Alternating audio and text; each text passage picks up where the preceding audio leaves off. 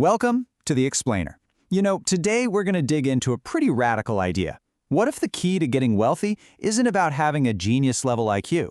What if it's actually about a specific kind of boldness, a skill that, believe it or not, you can totally build? Yeah, let's get into it. All right, so let me just ask you this straight up. In the real world, with all its crazy ups and downs, who are the people that truly get ahead? Is it who you think it is? Really think about it. Well, the source material we're looking at today has a pretty surprising answer. It says, and I quote, "It's often not the smart who get ahead, but the bold." Now, that is the core idea we're going to unpack. It basically suggests that success isn't just about being brilliant, it's about having the audacity, that willingness to actually do something when you spot an opportunity.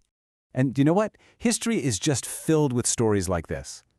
Take Alexander Graham Bell. He offered his patent for the telephone to Western Union for $100 grand. They actually turned him down. Can you believe that? Today, that little invention is the bedrock of a multi-billion-dollar industry. So what's the lesson here? A brilliant idea is, well, pretty much worthless if you don't have the guts to see it through. Okay, so if it's not about being the smartest person in the room, what's the secret sauce? Well, this brings us to what is, hands down, your greatest asset. And no, it's not your 401k or that car you love. It's the 6 inches right between your ears. It's your mind. Think about it. We live in the information age, right? Wealth today is created from ideas and timely information, not just, physical stuff.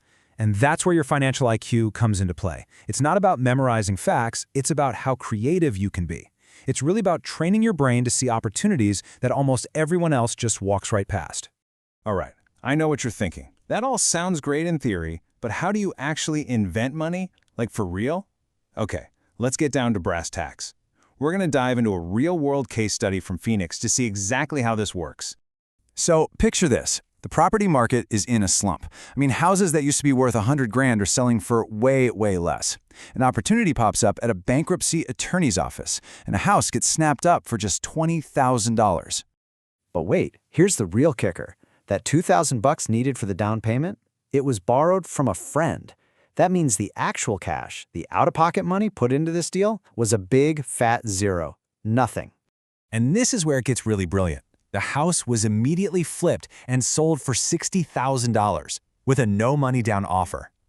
So the new buyer just signed a promissory note, which is basically a fancy IOU, promising to pay the full 60 grand. And just like that, that piece of paper became a $40,000 asset. Think about that. In just 5 hours of work, 40 grand was literally invented out of thin air. So you're probably wondering, how in the world did that happen? Let's break down this 5-hour deal. First, you find an opportunity everyone else missed. Second, you raise the down payment, but not from a bank. Third, you market the property with an offer that's too good to refuse. And fourth, you create the paper, that promissory note, which becomes your asset.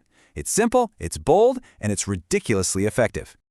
Okay, so that was one deal. Pretty cool, right? But the real magic happens when you start to scale this stuff up. Let's look at another example. Back in 1989, a small house was bought for $45,000. A year later, it sold for $95,000, and all that profit was rolled into a 12-unit apartment building. Then, 2 years after that, that building was traded up for a 30-unit building. And today, that one small initial investment is kicking off $5,000 a month in cash flow.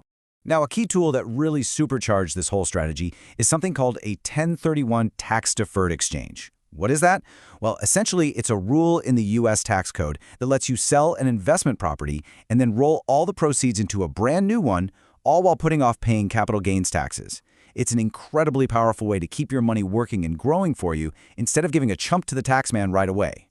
What these examples really show us is a fundamental truth. There are two totally different ways to think about investing. And that brings us to the two types of investors. So as we go through these, I want you to ask yourself, which one of these sounds like you? So on one side, you've got the type 1 investor. This is what most people do, right? They call up a broker, they buy a packaged investment like a mutual fund or some stocks. But on the other side, you have the type 2 investor, the professional. These folks don't just buy investments, they create them. They're the ones putting the deal together from scratch. So the big question is, how do you become that type of investor? Well, it boils down to 3 key skills. And the good news is, these are skills you can absolutely learn. Number 1, finding the opportunity that everyone else missed. Number 2, raising money without having to go to a bank. And number 3, organizing people who are way smarter than you. And notice what I said. These are skills, not some kind of born-with-it talent. And all of this really leads us to the mindset behind the whole strategy. And it's this: winners aren't afraid of losing. This is so important, because that fear of failure, that's the exact thing that paralyzes most people and stops them from ever even getting started. But for the professional investor, failure isn't the end. It's just part of the game, a step on the road to success. Look, the thing is, the world is handing you opportunities of a lifetime, literally every single day. The only difference is whether or not your mind has been trained to actually see them. That's what financial intelligence really is. It's about perception. It's about being able to see the hidden value that's invisible to most people. It really all boils down to this one powerful idea from the source material. The poor and middle class work for money. The rich make money. That sentence, it represents a massive shift in thinking. It's the difference between being a cog in the financial machine and being the one who actually designs and builds the whole machine. So let's just end on this thought. That space between your ears, your mind, it can be your single greatest asset, capable of inventing incredible wealth from bold ideas, or it can be your greatest liability, holding you back with fear and self-doubt. The choice of which one you decide to build, that's entirely up to you.